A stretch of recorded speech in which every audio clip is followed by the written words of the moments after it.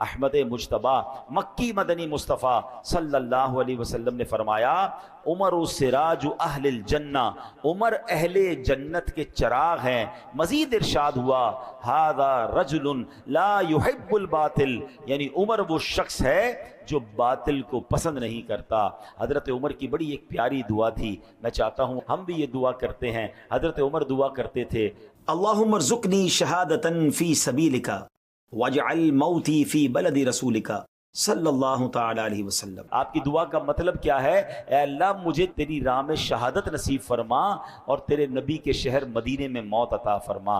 اللہ نے دعا کیسی قبول کی کہ فجر کی نماز کے لیے جا رہے تھے، آپ پر اٹیک ہوا، آپ شہید ہوئے، مدینے میں شہید ہوئے، اور جنت البقیع میں نہیں بلکہ روضہ رسول میں نبی پاک کے ساتھ آپ کو تدفین کا موقع ملا۔ ساری دنیا میں جب بھی کوئی مدینے جاتا ہے سنہری جالیوں پر سلام نبی پاک کو عرض کرتا ہے، حضرت ابو بکر کو بھی سلام عرض کرتا ہے، حضرت عمر فاروق کو بھی سلام عرض کرتا ہے۔ آؤ ہم بھی دعا کرتے ہیں اللہم ارزقنی شہادۃ فی سبیلک واجعل موتی فی بلد رسولک صلی اللہ تعالی علیہ وسلم۔ اے اللہ ہمیں تیری راہ میں شہادت نصیب فرما اور تیرے نبی کے شہر مدینے میں موت نصیب فرما، جنت البقیع ہم سب کو نصیب فرما، آمین آمین بجاہ النبی الامین صلی اللہ تعالی علیہ وسلم۔ سبحان اللہ۔ اب آتے ہیں میرے پیارے اسلامی بھائی جو آیت ہم نے سنی، اس آیت میں اللہ نے کیا فرمایا؟ جو کوئی اللہ اور اس کے فرشتوں اور اس کے رسولوں اور جبرائیل اور میکائیل کا دشمن ہو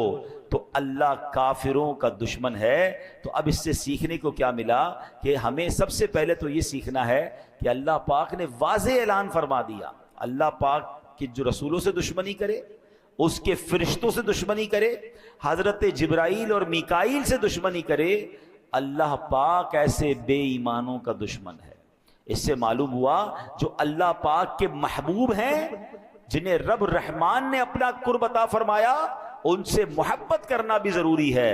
جو اللہ پاک کے محبوب بندوں سے دشمنی کرے گا اللہ پاک کا اس سے اعلان جنگ ہے۔ ہاں یاد رکھیے گا، دو ایسے کام ہیں، دو ایسی بدبختی والے کام ہیں جن سے اللہ نے اعلان جنگ فرمایا۔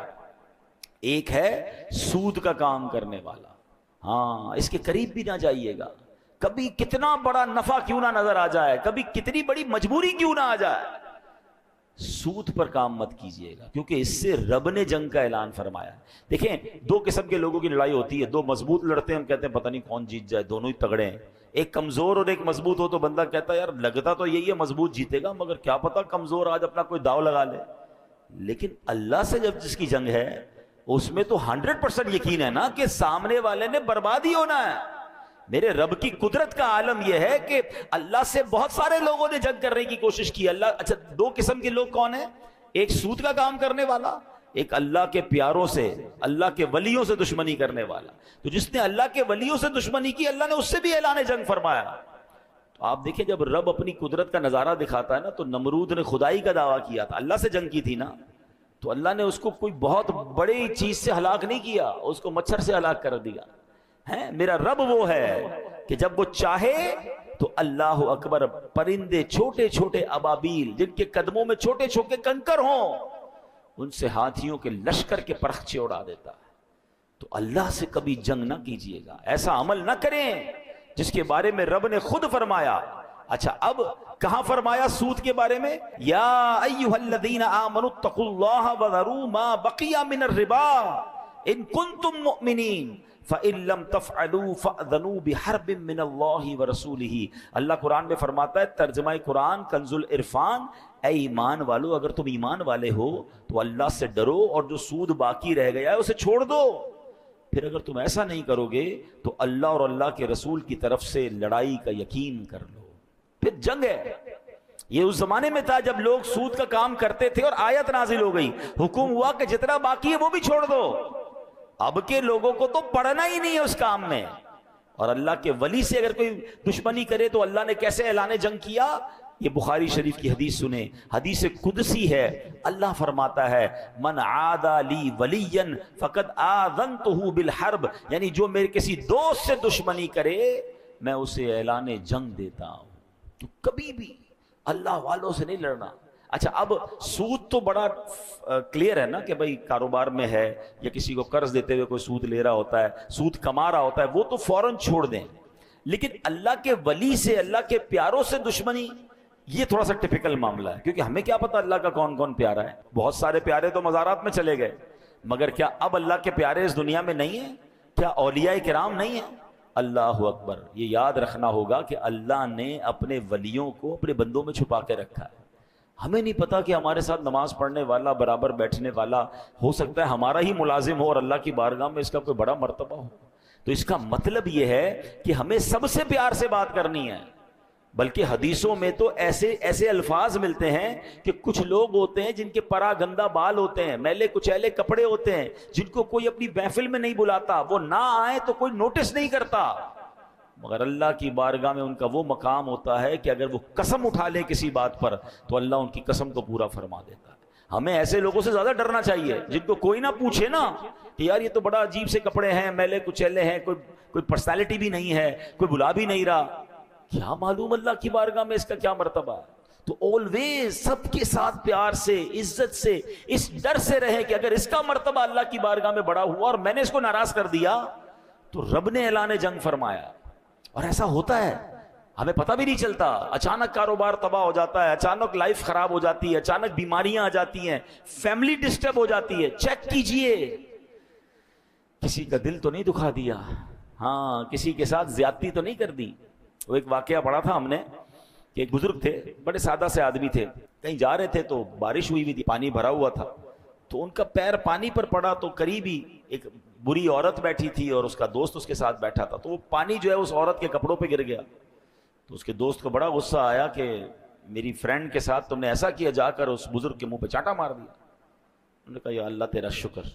آگے گئے تو بارش کا موسم تھا، ایک حلوائی کی دکان تھی، حلوائی نے کہا حضرت تشریف لائیں، گرم گرم دودھ پیش کیا، جلیبی کھلائی. تو یا اللہ تیری شان ہے، کہیں تھپڑ پڑتی ہے، کہیں دودھ پلاتا ہے، یا اللہ میں راضی. تھوڑی دیر ہوئی تو وہ جو بندہ تھا نا جیسے تھپڑ مارا تھا وہ گرا اور گر کر مر گیا. تو لوگ آئے، کہتے ہیں حضرت آپ نے کوئی بددعا دی تھی اس کو جس نے آپ کو تھوڑی دیر پہلے تھپڑ مارا تھا، اس کا تو انتقال ہو گیا، وہ گر گیا. تو بڑا کمال کا جواب دیا، فرمایا اس کی دوست کو برا لگا تو اس نے تھپڑ مارا، کوئی میرا بھی تو دوست ہے، جب اس نے مجھے تھپڑ مارا تو پھر اس نے اپنا بدلہ لے لیا.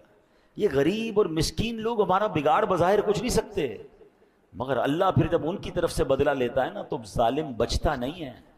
تو اللہ کتنا ہی بڑا مقام آپ کو کیوں نہ دے دے، کتنے بڑے مکان اور گھر اور گاڑیاں کیوں نہ دے دے، اسٹیٹس کیوں نہ دے دے، کبھی کسی غریب کو پیر کی جوتی مت سمجھنا. ہاں کبھی کسی جس کو کہنے کہ پرسنالٹی نہیں ہے اور آپ کہہ رہے ہیں اس کو کیا، اس کی کیا، اس کا دل تھوڑی ٹوٹتا ہے جو منہ میں آیا کہہ دیا، ڈانٹ دیا، جھڑک دیا، ذلیل کر دیا. نہیں، اللہ کے کسی ولی سے، اللہ کے کسی دوست سے اگر کوئی دشمنی کرے تو اللہ کا اس سے اعلان جنگ ہے، پھر سب کچھ برباد ہو جائے گا. اچھا یہ تو اللہ کے ولی کی بات ہو رہی ہے نا، عام مسلمان کا دل بھی تو نہیں توڑ سکتے.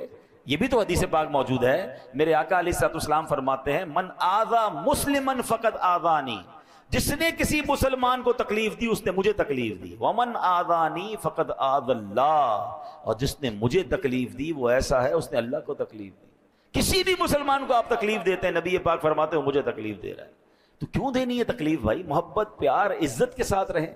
اور ہم نے دیکھا ہے بندہ کتنے بڑے مقام پر پہنچ جائے، اگر نارمل لوگوں سے بھی پیار عزت کے ساتھ رہتا ہے اللہ اس کی عزت اور بڑھا دیتا ہے، اس کا مال اور بڑھ جاتا ہے. تو بہرحال اب آپ غور کریں کہ اس آیت میں اللہ نے واضح اعلان کیا کہ اللہ کے محبوب بندوں سے اگر دشمنی کرو گے تو پھر اللہ تمہارا دشمن ہے. تو اللہ کرے کہ یہ بات ہمیں سمجھ آ جائے. اچھا آگے چلتے ہیں. ایک بار حضرت عمر رضی اللہ تعالیٰ عنہ نے مقام ابراہیم کے پاس جا کر کہا کہ یا رسول اللہ کیا ہم مقام ابراہیم کو مصلی نہ بنا لیں؟ آپ نے کہنا ہے اور قرآن کی آیت نازل ہوتی ہے وَاتَّخِذُوا مِن مَقَامِ إِبْرَاهِيمَ مُصَلًّى، اور اے مسلمانوں تم ابراہیم کے کھڑے ہونے کی جگہ کو نماز کا مقام بناؤ. ایک بار کیا ہوا، حضرت عمر نے نبی پاک علیہ الصلوۃ والسلام سے عرض کیا یا رسول اللہ اگر ہم صفا اور مروہ کا طواف کریں، یعنی اس کی سعی کریں، صفا مروہ کے پھیرے لگائیں تو کتنا اچھا ہوگا. اس وقت پھیرے اس طرح نہیں لگائے جاتے تھے، آپ نے یہ مشورہ دیا ہے.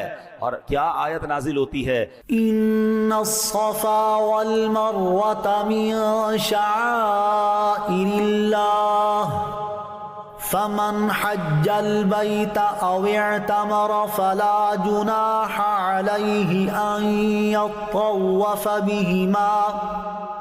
بے شک صفا اور مروہ اللہ کی نشانیوں میں سے ہیں، تو جو اس گھر کا حج یا عمرہ کرے اس پر کچھ گناہ نہیں کہ ان دونوں کے چکر لگائے.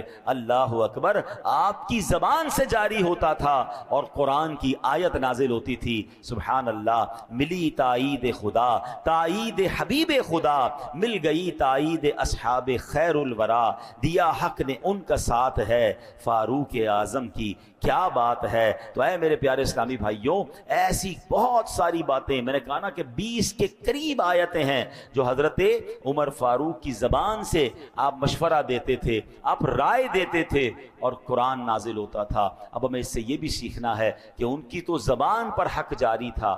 ہم کتنا قرآن پڑھتے ہیں، ہم کتنا قرآن سے فیض حاصل کرتے ہیں. اللہ کرے کہ ہم بھی دل و جان سے قرآن پڑھنے والے بن جائیں. ایک حدیث پاک میں ارشاد ہوا، صرف قرآن پاک کی آیات نہیں بلکہ آسمانی کتابوں کے الفاظ کیسے موافقت رکھتے تھے.